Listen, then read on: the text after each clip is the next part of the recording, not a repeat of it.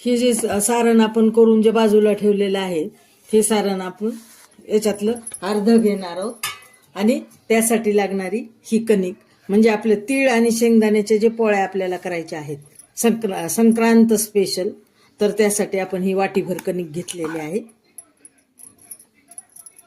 आणि एवढाच वाटीभर आणि थोडंसं सव्वा वाटी जवळपास हे आपल्याला तिळाचं सारण घ्यायचं आहे मोजून.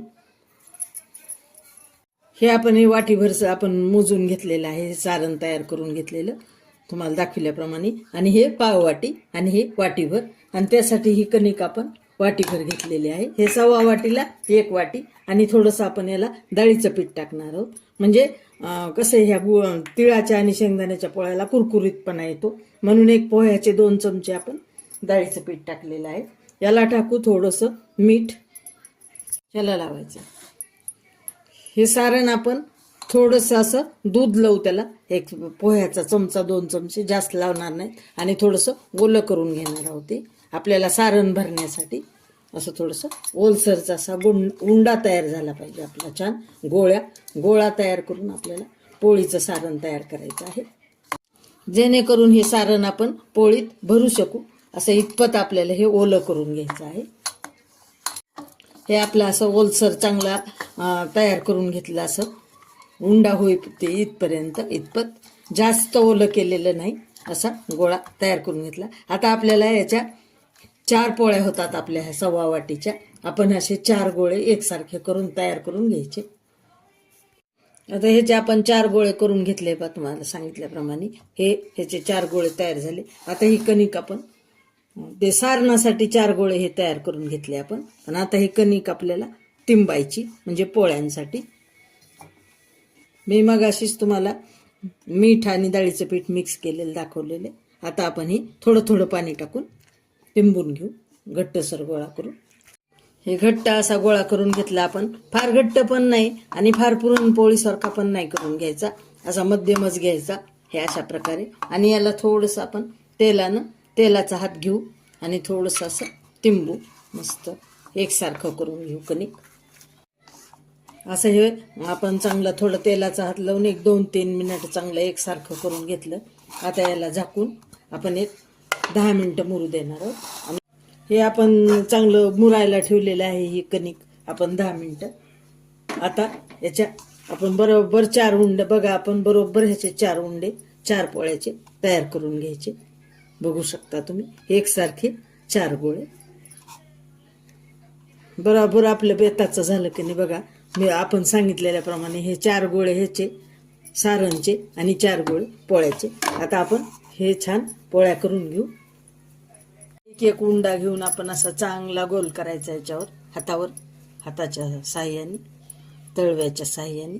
आणि हे अशी चांगली पाती करून घ्यायची, थोडासा पीठ लावून घ्यायचं आणि असं छान अशी पाती करून घ्यायची.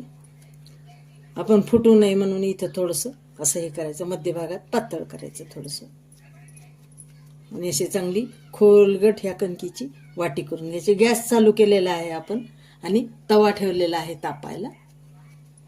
आता हा गोळा असाच यामध्ये ठेवून द्यायचा आणि आता सगळीकडून हे बंद करून घ्यायचं, असं पुरण घातल्यासारखंच बंद केला आपण छान असा. की असे जे आहे ते असं करून घ्यायचं आणि पिठामध्ये छान असा बुडवून घ्यायचा असं. आणि असा हातावर चांगला असा दोन्ही मनगटाला असं रेटून अशा गोळी तयार करायची आपण, म्हणजे अशा उंडा तयार करायचा. आणि आता अद्दर पीठ थोडंसं टाकलेलंच आहे आपण, याच्यावर अद्दर लाटून घ्यायचं. मंद गॅसवरच आपण, मंदच गॅसचा मध्यम गॅस केलेला आहे, याच्यावरच आपण तो तापायलेला आहे तवा आपला, तोपर्यंत ही पोळी अशी लाटून घ्यायची. अशी छान बघा आपली कड्यापर्यंत असं छान सारण जात आहे. तीळ आणि शेंगदाण्याचं सारण किती छान लाटल्या जाते आहे.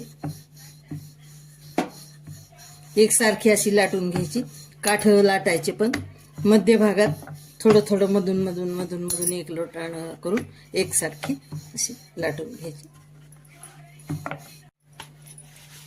तवा आपला तापलेला आहे. हे जे आपण वरचा लाटलेला भाग आहे तो खाली टाकायचा असा, आणि ही अशी छान घ्यायची टाकून पोळी. थोडी होऊ द्यायची 1 मिनिट. असं हे तूप सोडायचं असं सगळीकडून थोडं खाली, आणि छान मंद गॅसवरच आपल्याला छान अशी भाजून घ्यायची. असं तूप सोडायचं. साजूक तूप आहे आपलं, गरम करून घेतलं. तशीच ही दुसरी अशीच पोळी एक एक एक करून ही दुसरी करून घ्यायची, आणि सगळ्या एक एक करून अशाच पोळ्या करून घ्यायच्या आपल्या. हे करून उलटून घ्यायची आपल्याला पोळी. हा काय छान होत आहे तीळ आणि गुळाची पोळी. बघा आपली किती छान फुगलेली आहे. तीळ आणि गुळ आणि शेंगदाण्याची पोळी. आहा काय सुंदर झालेली आहे बघा, तुम्ही पाहू शकता. हे असंच सारण भरून सगळ्या पोळ्या करून घ्यायच्या. आता आपण ही पोळी काढून घेऊ. आपली छान झालेली आहे. तुम्ही पाहू शकता सगळीकडून ही पोळी आपली छान तांबूस कलरवर आपली भाजलेली आहे. ही अशीच भाजून घ्यायची.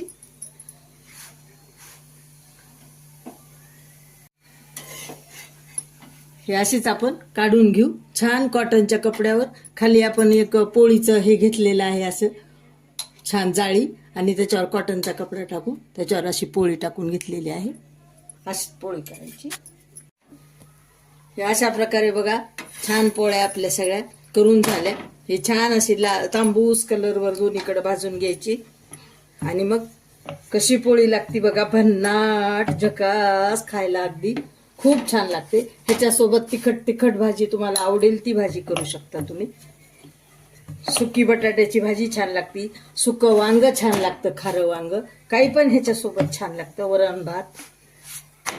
तर ही अशी सगळीकडून छान तांबूस कलरवर भाजलेली, आणि ही जशी थंड होईल तशी तशी पोळी कुरकुरीत होते, आणि चवीला तर फारच उत्तम लागते.